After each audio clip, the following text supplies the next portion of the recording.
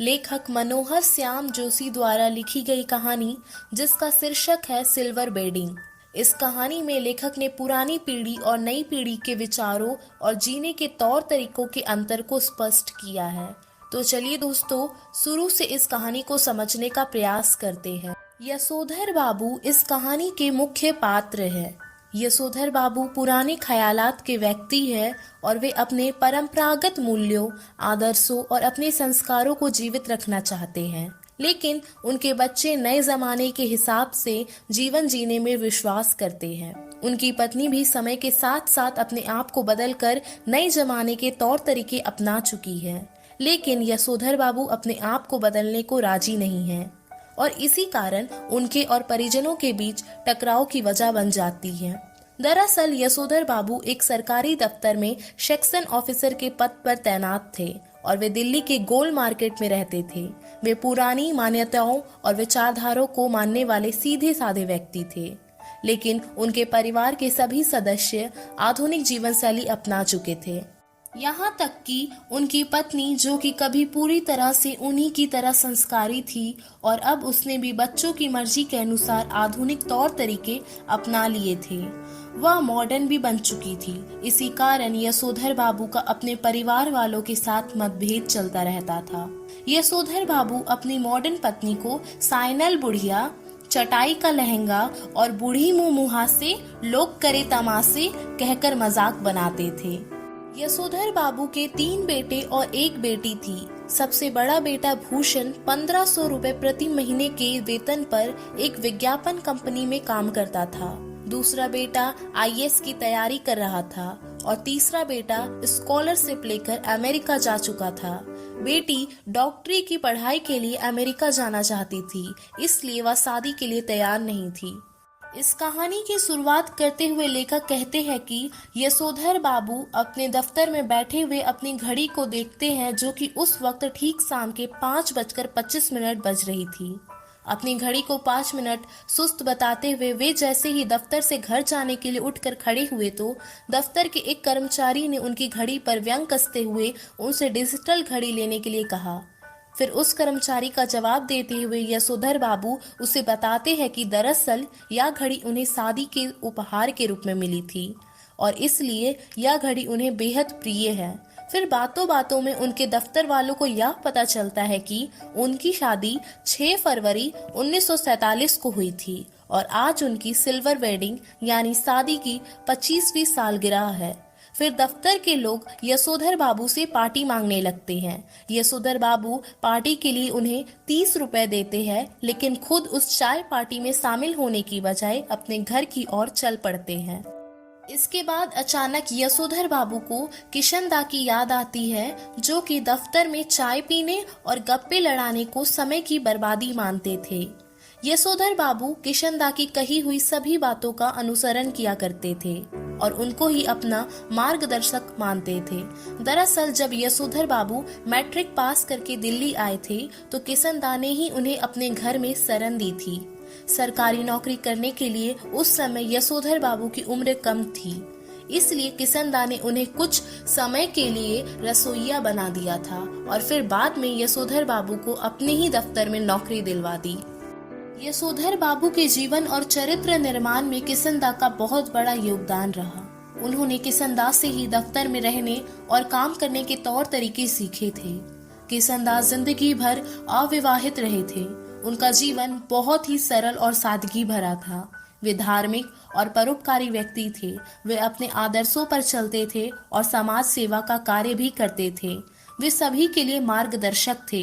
किशन दा पहाड़ी इलाकों से नौकरी के लिए आने वाले लोगों के रहने और खाने की व्यवस्था अपने ही घर में करते थे और नौकरी ढूंढने में भी मदद करते थे। किशन दा अपनी सभ्यता और संस्कृति से प्रेम करते थे। यशोधर बाबू ने किशन दा से ही यह सब सीखा और अपने जीवन में अनुसरण किया। यशोधर बाबू की एक निश्चित दिनचर्या थी। वह पैदल ही घर से ऑफिस जाते थे और शाम को 5 बजे ऑफिस के बाद सबसे पहले बिड़ला मंदिर जाते थे, फिर पार्क में बैठकर प्रवचन सुनते थे और उसके बाद सब्जी मंडी जाकर सब्जी खरीदकर पैदल ही घर पहुंचते थे। इस तरह 5 बजे ऑफिस से निकलकर 8 बजे के बाद ही वे अपने घर पहुंचते थे। हालांकि वे ऑफिस पैदल ही जाते थे, लेकिन पहले साइकिल से जाया करते थे। लेकिन अब उनके बच्चे बड़े हो चुके थे, जिन्हें उनका साइकिल से ऑफिस जाना पसंद नहीं था। यशोधर बाबू को स्कूटर पसंद नहीं था और कार वो खरीद नहीं सकते थे, इसलिए उन्होंने पैदल ही आना जाना शुरू कर दिया था। यशोधर बाबू आज भी रोज की तरह दफ्तर से पहले सीधे बिड़ला मंदिर की तरफ जा ही रहे थे कि रास्ते में अचानक उनकी नजर एक क्वार्टर पर पड़ी, जिसमें किसनदा कभी रहा करते थे, लेकिन अब उस क्वार्टर को तोड़कर वहां 3 मंजिला मकान बना दिया था। यशोधर बाबू के बच्चे चाहते थे कि वो भी अपने पद के अनुसार एक बड़ा सा मकान ले ले, लेकिन यशोधर बाबू को वही जगह पसंद थी, इसलिए वे वहां से कहीं और नहीं जाना चाहते थे। यशोधर बाबू और उनके बच्चों के बीच में अक्सर विचारों का मतभेद चलता रहता था। ऐसे में कभी कभी तो यशोधर बाबू सोचते थे कि काश किशनदा की तरह वो भी अविवाहित रहते और समाज सेवा में अपना जीवन लगा देते। लेकिन फिर उन्हें किशनदा की रिटायरमेंट के बाद का समय याद आता है, जब किशनदा को किसी ने भी सहारा नहीं दिया और इसके बाद किशनदा गांव चले गए, जहां 1 साल के बाद उनकी मृत्यु हो गई। इस प्रकार यशोधर बाबू के मन के अंदर विचारों का अंतर्द्वंद चलता रहता था। यशोधर बाबू का मंदिर जाना, धार्मिक कार्यों में भाग लेना और प्रवचन सुनना उनके परिवार वालों को पसंद नहीं था। यशोधर बाबू के बच्चे अक्सर उनसे कहते थे कि अभी वे इतने बूढ़े नहीं हुए हैं कि मंदिर जाकर प्रवचन सुने। इसके बाद यशोधर बाबू मंदिर जाने के बाद प्रवचन सुनने तो बैठ गए, लेकिन आज उनका प्रवचन में बिल्कुल भी मन नहीं लग रहा था, इसलिए वे प्रवचन से उठकर सब्जी मंडी की तरफ निकल पड़े। तभी उन्हें याद आया कि उनके बेटे बाजार से सामान लाने के लिए नौकर रखने को कहते हैं, लेकिन खुद बाजार जाना पसंद नहीं करते। यशोधर बाबू का बड़ा बेटा भूषण तो उन्हें अपना वेतन तक नहीं देता था और वह अपने पैसों से घर का सामान खुद ही खरीद कर लाता था और फिर सबको उस सामान का रौब दिखाता था। जब यशोधर बाबू सब्जी मंडी से सब्जी लेकर घर पहुंचे तो उन्होंने देखा कि उनका बेटा उनके घर के बाहर अपने बॉस को विदा कर रहा था और घर से अन्य लोग भी विदा ले रहे थे। दरअसल घर में पार्टी चल रही थी। यशोधर बाबू को पहले तो कुछ समझ नहीं आया कि आखिर घर में क्या चल रहा है। बाद में भूषण ने उन्हें शिकायत करते हुए बताया कि उनके घर में उनकी ही सिल्वर वेडिंग की पार्टी चल रही है और वो ही इतनी देर से आ रहे हैं। यह सब सुनकर यशोधर बाबू को बहुत दुख हुआ, क्योंकि किसी ने भी उन्हें पार्टी के आयोजन के बारे में कुछ नहीं बताया था।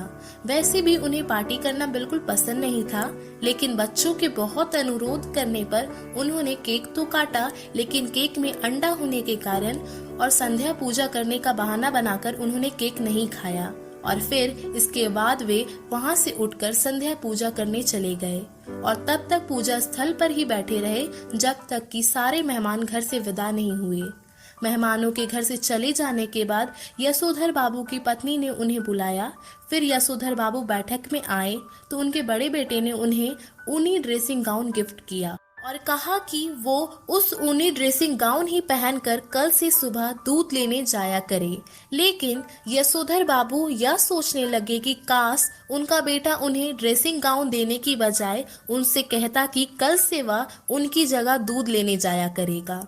तो दोस्तों, इस वीडियो को लाइक और शेयर करके आप हमारा आत्मविश्वास बढ़ा सकते हैं और हमारे चैनल पर